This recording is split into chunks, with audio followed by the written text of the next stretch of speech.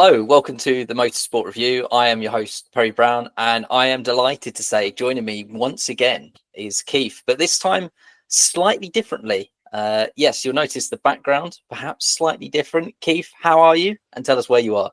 Well, do you know what, Perry? Thank you very much for having me on again. I really do appreciate it. And yes, this time I'm coming live from Indianapolis, having been to the Indy 500 this weekend to cheer on that very famous Arrow McLaren team, of course.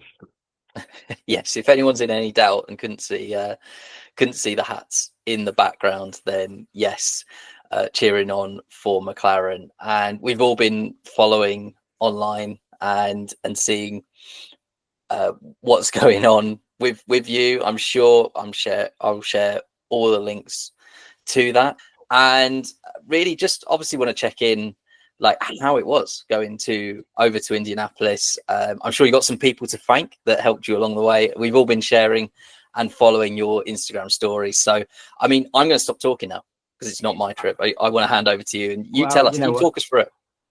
Thanks, Perry. Yeah, well, I have got a lot of people to thank. A lot of people really made this possible. And that starts off with IMS, the Indianapolis Motor Speedway company. They were superb. I reached out to them, told them that I was a wheelchair user, etc. So, because I didn't want to come over here and find myself that I couldn't get around, I wanted to be able to be part of it. And you know what? From very start to very finish, they were fantastic. And they absolutely took over for me, bless them. I gave them permission. And they organised everything from the tickets to the bronze badges. Now, those bronze badges will give you access all areas on the Friday and Saturday, so you can get into different areas and meet the drivers, etc. And that was phenomenal. And our seating, I was sat with Jem on Brick Lane. Yes, we could see them right where we were sitting was the line of bricks they have to kiss. We were right, so they couldn't have chosen us better seats if they'd have tried. British Airways and American Airways have been fantastic. But listen, the one that you're interested in, Perry, has got to be the At the T-shirt shop, because I sponsored my merch and I was wearing my merch all weekend. Yeah, absolutely. Yeah, I've been in contact with them about my own merch, perhaps. So yeah, it was great to see those T-shirts and seeing the T-shirt reveals as well as we went along. So to just say a thank you to everybody, really, Perry, that's made it possible. And you know, there was going to be glitches in this, ladies and gents, but Perry's going to piece me together. He can do that. He's the maestro, and he can do this. We have the technology. We do have. So what would I say about coming to Indianapolis for anybody that's thinking of doing it is stop thinking about doing it and do it. We do not know how to put on a party. We do not know how to put on a race like the Americans do in Indianapolis. From start to finish, you are engulfed in everything Indy, and it is fantastic. The people are so friendly. You know, meeting the drivers, they're not prima donnas. You can meet them at the gates. You can meet them in. I mean, I had a fantastic check-in with Pato. He had been sung to all morning by some fantastic Mexicans stood behind me, and they were doing the Pato song all morning. And he arranged to meet them, and we were like, have a lovely time. He said, "No, you're coming as well. You've been adopted. You're an adopted Mexican now." So Jem and I were tagged along with them, and we actually got to meet Pato. And talk to him and shake his hand, and he said he'd like to do a selfie, which I was chuffed to pieces, because like, I want a selfie with Pato. But I said to him, I want to stand up. I really wanted to stand up and make that personal. So he helped me out of my wheelchair.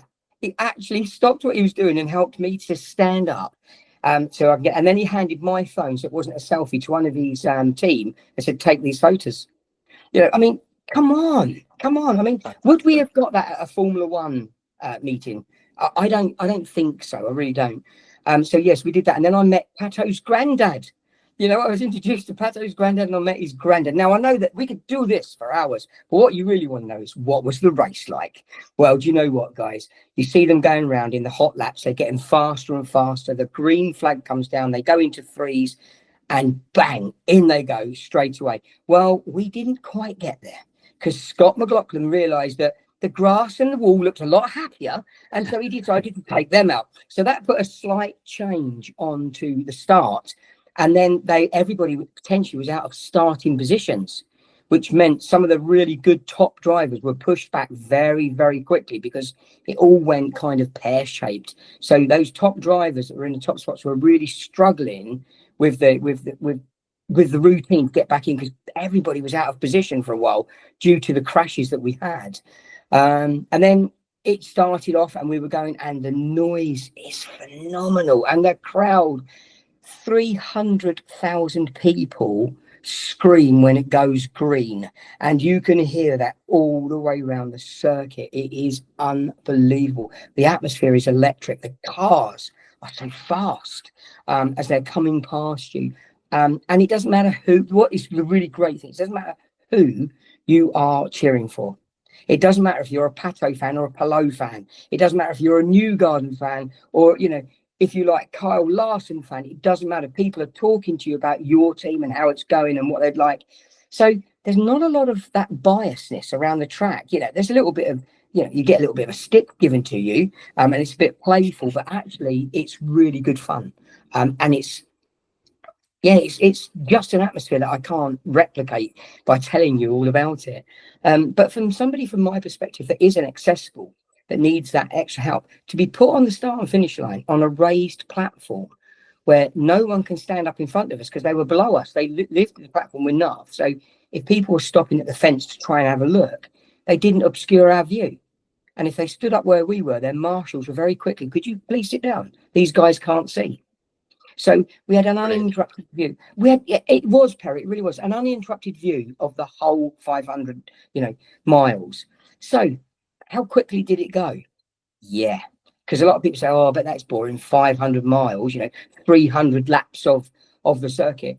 They go so quickly with the cautions that came out, and we had quite a few cautions. So I'm sure that if Tom Gaymore is watching, he'd been happy because he'd have said cautions breed cautions, and they really did. We certainly did have some, but that just mixes it all up. And then the pit stops.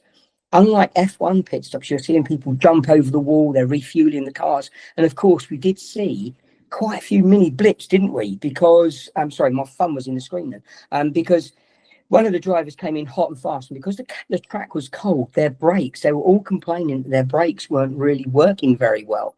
And he hit a couple of the team members as he came through. And then on one of them, we saw the car go up in flames, and the refueler went with it. What was fantastic is the pit crews were there. They were fast. The extinguishers came out, the hoses came out, and everybody was made safe. But what it does is it highlights the risk of racing even more, because with the Formula One pit stops now and the no fueling, we're looking for a 2.1 pit stop, or in McLaren's case, a 1.9 to take that championship again. And it's just tired. When you see these guys and there's not one person per wheel, and they're jumping around the back of the car, jumping over the front of the car, the fueling's going in. It brings those pit stops back to life that we used to love in F1 days.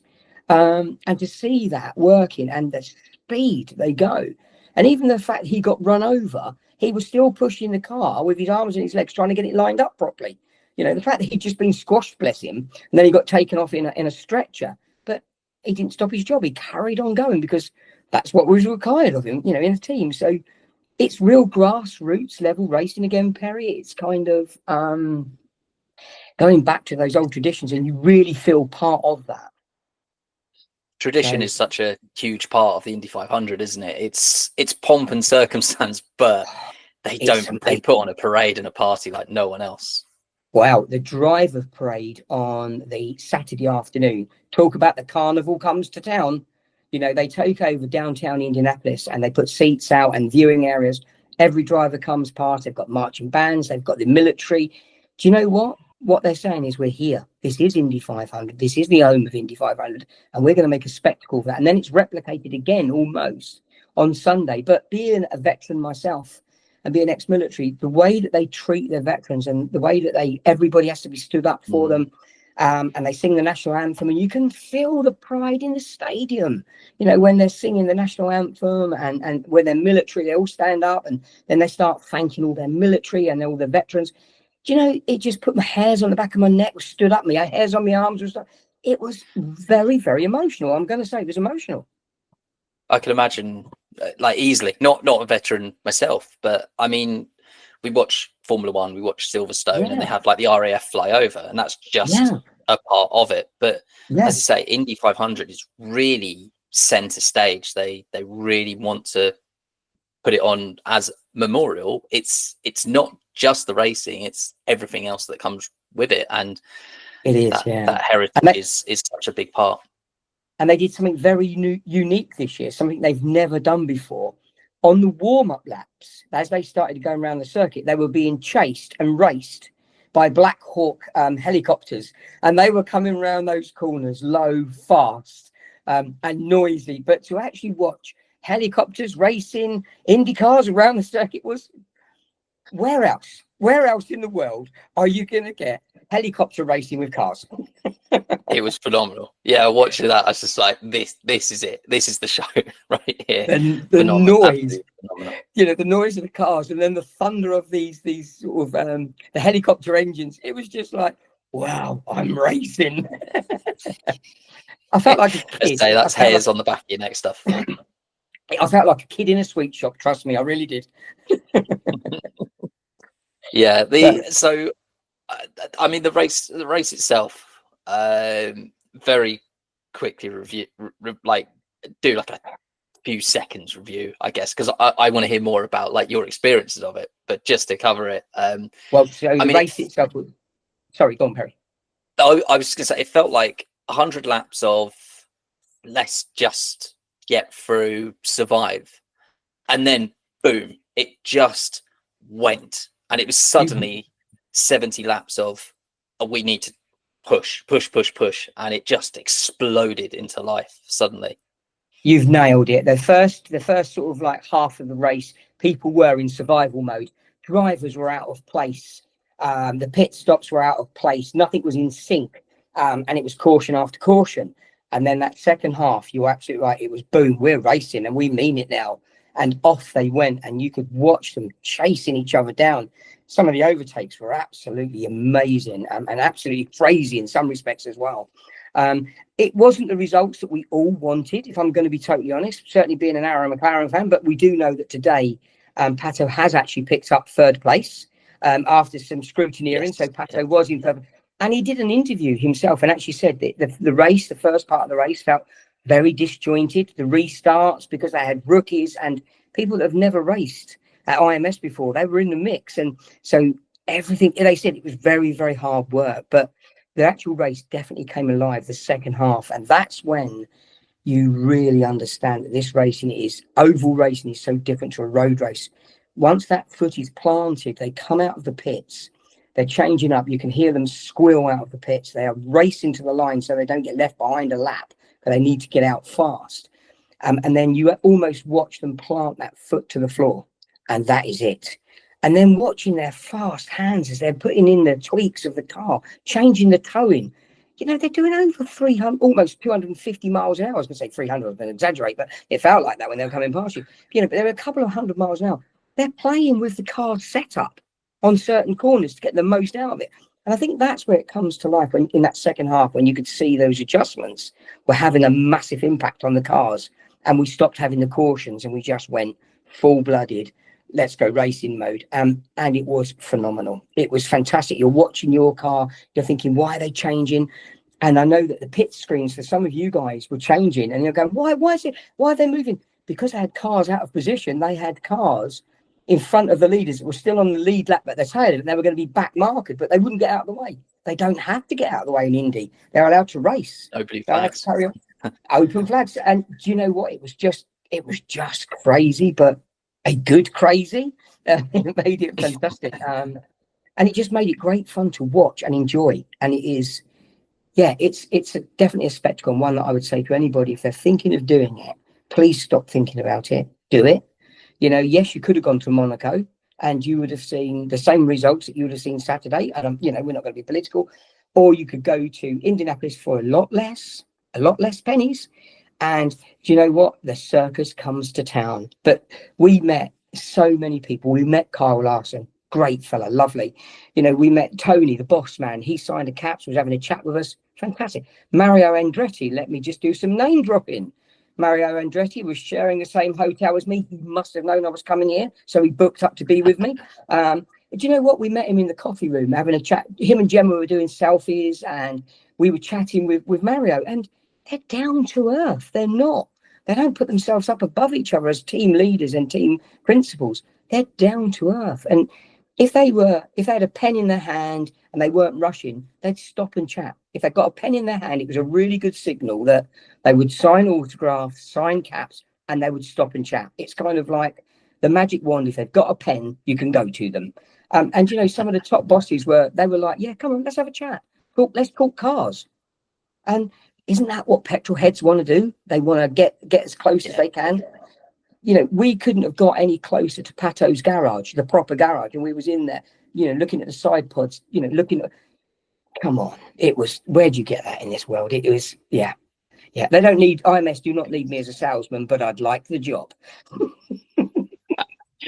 They do very well to have you as a salesman, I'm sure. We'll talk to Gil after this about loaning you over to America full time. But yeah, I mean, that's one of the reasons I wanted to start this podcast, was because we all love Formula One. Formula One's like the entry motorsport that most people have. And then they go to a British touring car race and they suddenly walk into the paddock and go, cars, people. Like, I'm just here. Like, does no one want to kick me out? And you go to, as you say, you mentioned Monaco. You want to go to Monaco. Okay. Good luck getting anywhere near any driver. I mean, I've seen some people that were there that were doing work, whatever. They're getting videos. Oh, look, here's Leclerc going past on his bike. And then that's it. They're gone. Unless you're kicking up like 5,000 followers, you're not getting close to anyone. You might get a view of them walking by and that's it. You're not getting an interview. You're not getting a pen. And if you are, it's a quick like sign and walk. So I'm going to give you another example. Oh, sorry, go on. I was just going to say, every other motorsport, Indy included, they want to talk, they want to be involved, and they want you as the fan to get that access. Do you know what? You're absolutely right. Fan engagement in Indy is very much key to what they want to do. And on the drivers' parade on Saturday, they're going around in pickup trucks. They've got the Indy pickup trucks come out. The drivers, their wives, their families are in the back of pickup trucks. And they come through on the grid. So you get number 32, 33 and 31 come through first, and it works all the way back to the front row of the grid. Now, they're parading. We've got marching bands, we've got horses, we've got military, we've got big blow-up things. It's fantastic. We've got drivers jumping out of the back of their pickups because there's children saying, oh, I love you, can you sign this? And these guys are jumping out the back of the pickup truck, signing for 4 or 5 kiddies, and then running up the road trying to get back into their pickup truck for the next part of it. Rossi, we had a bit of a stall because the flow got caught up because of big blow up. Racing drivers had to go underneath the traffic light, so it took a little while. So Rossi was in the crowd and he's sitting on the back of his truck playing rock paper scissors with some of the fans, and if they got it right they could get a signature. It was little things like that. They were jumping out of the back of the vans, shouting, playing games with the kids, sharing the love. Some kids got their caps, they got taken off their own heads and given to the children. They wanted to be with that parade. It wasn't a case of, oh, we've got to do this. You could almost tell that driver parade, unlike being in the F1 paddock and sitting on the back of a Formula One truck, each one coming through on their own pickup truck meant they could interact with their fans. And if you went past the Pato fan club, then Pato would spend longer there. If you went past the Colton Herta fan club, Colton would slow down and jump out and truck and have a shake of hands with Ericsson and vice versa. All the way down, they were in touch with the kids, talking to the adults, playing rock, paper, scissors, playing silly games, and stopping for photographs as well, jumping out and having group photographs with group supporters. It's about the fans. It's about the fans. It's about living the dream and being connected with that driver that you kind of hero worship. I suppose for a lot of us, they kind of fall into that category of, oh, I want to see them so much. And you know what? Being there, talking to them, they're real people. Pato, shaking my hand, helping me to get out of a wheelchair. Come on, this is a top class driver, and this is a guy that was like, oh, let me give you a hand. Really? It should be me bowing down, going, thank you for being on the same ground as me. So you get to a fight and they'd be like, oh, wait, hang on, I've got to wait a second more. Mate. Yeah. But and they do the autograph sessions. So later on they do organized autograph sessions, and regardless, they put a stop line out. I'm not going to lie, they can only have so many people because they've only got an hour or so to do that. But it doesn't matter if they stop that line, they don't care. everybody in that line is going to get a photograph, they're going to get something signed, and they're going to talk to that driver they really want to talk to. And that driver is smiling, laughing, joking. They've just said the same joke for an hour or the same thing for an hour, but they still do it with a smile on their face, and they meet each person right where they are. And I'll give you an example of that, because I was like, he would never remember me. Pato would not remember me. He'll remember probably, I helped a bloke out of his wheelchair to say blood. When we got to the autograph the next day, as I came up, he stuck his hand out, shook my hand, and go, I remember you. Brilliant. How I'd good is remember that? you as well, Keith. Well, yeah. But it's brilliant, isn't it? I mean, little stories like that. I still recall the one of Tom Chilton stopping my dad and going, "Oh, you're Perry's dad." Just little moments like that. Are just, it's crazy. It's crazy that you stop and tell people that, but it's just something that's going to live with you now for the rest of your days. Like you're just going to remember, Pato remembered me. Well, we had a little giggle with Pato because Marion, who is Marion as well, she's one of our biggest Pato fans. She is like the official of the Pato fan club, certainly within our group. So Marion was there, and she wanted to make sure that we got the best out of it. And she was introducing people and taking them through. And she got promoted. I'm going to say it now loud. I'm going to put it out here on the podcast. Marion has been promoted. They used to call her just Mama, okay, because she was always mothering people and helping. But this week, to me, he said, so now she's definitely Mama Marion. So she's been promoted, okay, by Pato himself, because he knows how passionate she is, and she wants to share that with other fans. And he loves the fact that she's doing that. He really does. And so he's now promoted her to Mama Marion now. You know, I mean, it's fantastic, isn't it? Isn't that lovely? She's absolutely earned that name. Like, it's just Pato, but it's reciprocated. And I mean, I've said before, like, you know, sometimes you spend like your days sort of replying to McLaren or posting to McLaren, and you get nothing back, and you think, do you know what? If even a Haas admin replied to me, I'd be like, do you know what? I'll switch to Haas. You obviously wouldn't. You support or you do.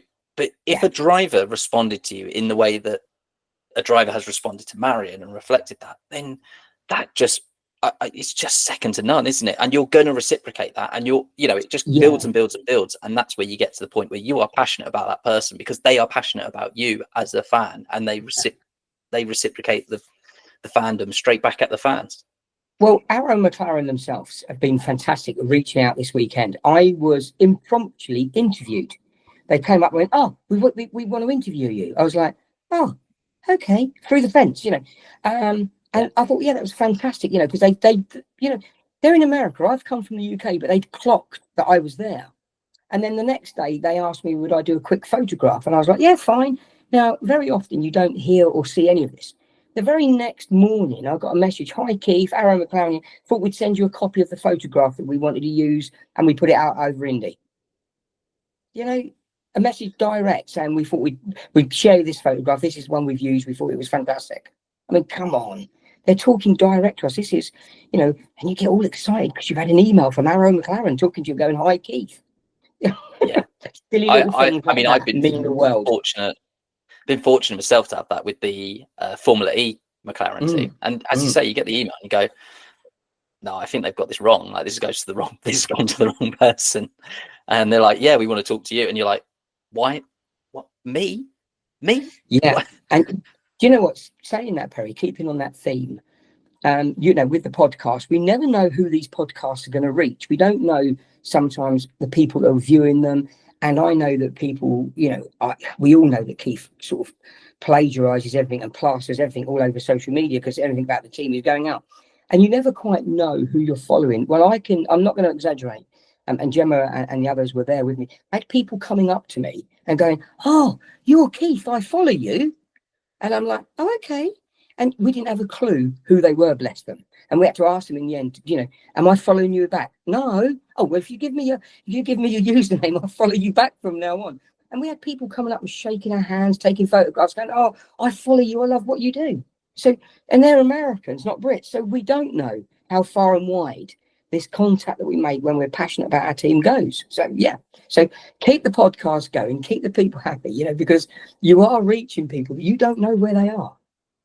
That's brilliant. That is, I sometimes, it's good that you said, because sometimes I think making the people happy would be ending the podcast, but I don't know, as you say, where this will go. But I just love talking about racing. We all love talking about racing, and just as you say, if it reaches even one person, like that's enough. That's all I can ever ask for. So yeah, it's great that there's this connection, there's this network, there's this family growing of people that support racing and just want to be involved in racing. And I think IndyCar's growing, is going in the right direction.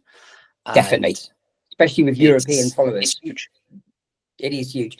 And I tell you what else is huge as well, is never ever underestimate the papaya power, because there was a sea of papaya all weekend across IndyCar. And I'm not talking a little bit, I'm talking there was papaya everywhere.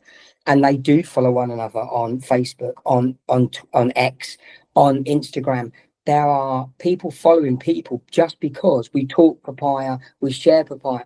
And I thought, that's a bit of a cliche, it can't be. But when you see the papaya groups all meeting up for their social chats at these race circuits, there's the biggest group. Gemma got pulled into one of the groups, bless her, and had group photographs done. And, you know, it was like a papaya girls and other fans club. And never underestimate what we do and the power of what we've got with our friends who wear the same color as us and follow the same teams that we follow. Because do you know what? We're bigger than I think we realize. And when my parents say we're fans like no other, I used to think that was a fantastic tagline. Hey, that ain't a tagline. That's the truth. I've seen it for real now. You know, they are fans like no other. They are everywhere.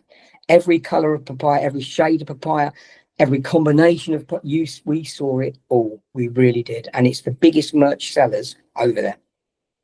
Which is phenomenal when you think McLaren probably only entered, what, 5 years ago, I want to say, properly. And even then it was like they took over a team. So was it McLaren, or was it Schmidt, SMP, McLaren, Arrow, as it was, you know, we didn't really know. And now it's very definitely McLaren. They're there to stay. They're one of the front running teams. They're going to be there for a while. You know, Zach Brown's very passionate about this team, so we know they're sticking around. And this is 5 years of progress. And as you say, there's now papaya everywhere. So it's very strong that they've built that. And it really is. And it's great to see. Yeah. I was just going to mention Prema as well, briefly there as well, in the same light, because they've joined this year. And Schwartzman getting pole position was huge. And it couldn't have been a more popular team, I don't think, get pole position other than perhaps McLaren. Yeah, do you know what? There was a lot of love for him by everybody, and especially from rival clubs, because you know what? As a rookie who's never done an oval, to take pole, some say it's because I think a lot of people have actually said he won't do it again. Now he knows how scary it is, but because he'd never known how scary it was, he put his foot to the floor and planted it. But yeah, that was, you know, it was great to see them, and yeah, it's just different class of racing on the same specs, same speeds, but the management side of it, the setup side of it is very, very geared around fan engagement. From the minute you buy your ticket till you walk out of the gates, it's all about fan engagement, regardless. And our McLaren team, we'll give them another shout. They know how to do fan engagement. They know how to talk to the fans. They're in touch with the fans. They just get it right, and they don't push you away. They appreciate that they're racing for you and that you're there for them. So it's a great mix.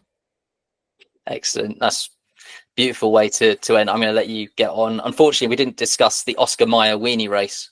We'll do that in another podcast, unless you got time. You're looking excited.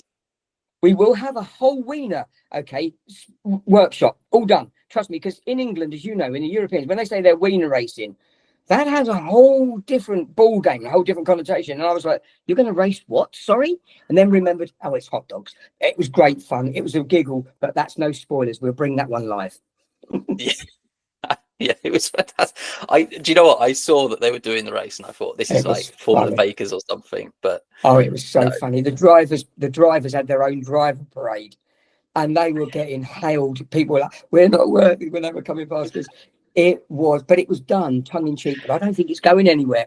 I think the fans going to want to keep wiener racing from now on. It's going to happen. Do you know what? I think they must have looked at the Lego race in Miami and gone, this could work. People will watch this because it proves, doesn't it? It doesn't matter how fast or how slow it is. If cars are racing, we're enjoying it. So it was I loved so it. funny. I loved it. We were in stitches. It was so funny. You know, it was like, all right, I'm going to overtake, so I'll send you an invitation because it's going to take me a year, but I'm going to do it at some point. My favourite quote, I think it was James Hinchcliffe when he was commentating on it, and he said, 30 minutes ago as they rounded turn 2, who knew that it would be this close going into turn 3? And that's how it was. And we were all giggling. Every one of us enjoyed it and was chuckling and giggling all the way through it. It was, let's do a whole podcast on alternative racing.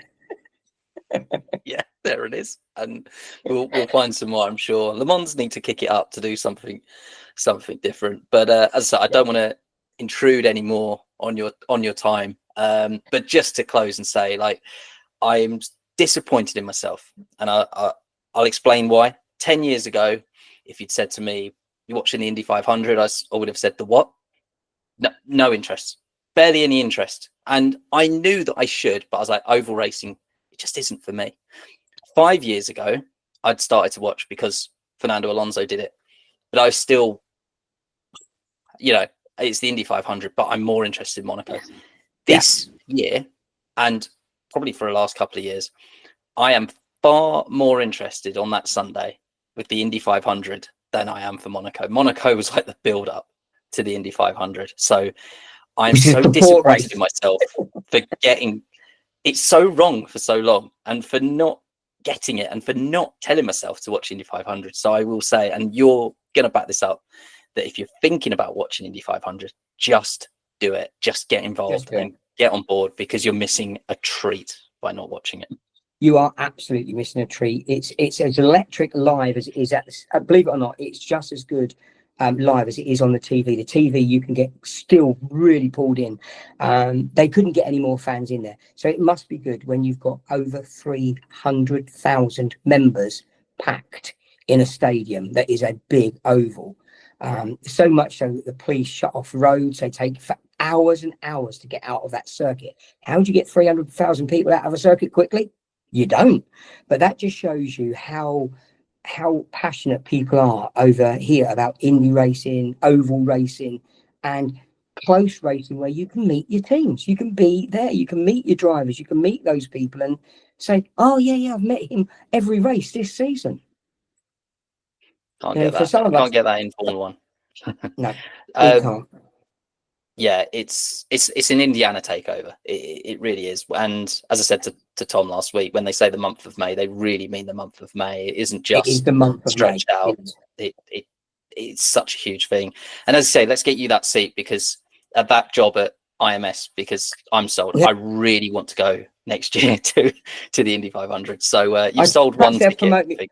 Perhaps they'll promote me as a UK liaison officer. There you go. There's a role. Right. Indianapolis Motor Speedway. If you're watching this, sign Keith up. You will not regret it. But for now, Keith, I'm going to let you know. I've probably got lunch or dinner. I don't know what time it is over there, but it's 4 o'clock in the afternoon over here. So yeah, it's time for a cup of tea. Oh yeah, fantastic. Oh, very British. You can't take the Brit out of you, can you? Absolutely. You go and enjoy that tea, Keith. Thank you so much for joining me, and also for sharing everything across Instagram. I'll share all the links, so if you're not following Keith, you should be, and go and check out those videos and those t-shirt reveals as well from the t-shirt I can't. The TheTeeShop. The TheTeeShop. I knew it was something that rolled off the tongue when I was saying t-shirt shop. I was like, that's not it. The TheTeeShop. Perfect. Please do follow the TheTeeShop, and if you've got a design you want to be made, if you want one, even if it's a little bit on the edgy side, send it over to the guys. They'll have a look at it. And if it can be done, do you know what? It will be. And they're just really lovely. And they're racers. They're just the same as Perry and I and you and I that are listening. They're racers at heart. That their t-shirt is their passion, and they can share it. So, and I don't get paid for any promotions here. Trust me. I just love the guys and what they do. You should be. As I say, you should be. Yes, I might be working on something with them as well, but more of that soon, hopefully. But for now, thank you so much. Enjoy the rest of your trip, and speak to you again soon. See you soon, guys. Take care. Peace out and big love. Cheers. All the best. This was the Motorsport Review. Thank you.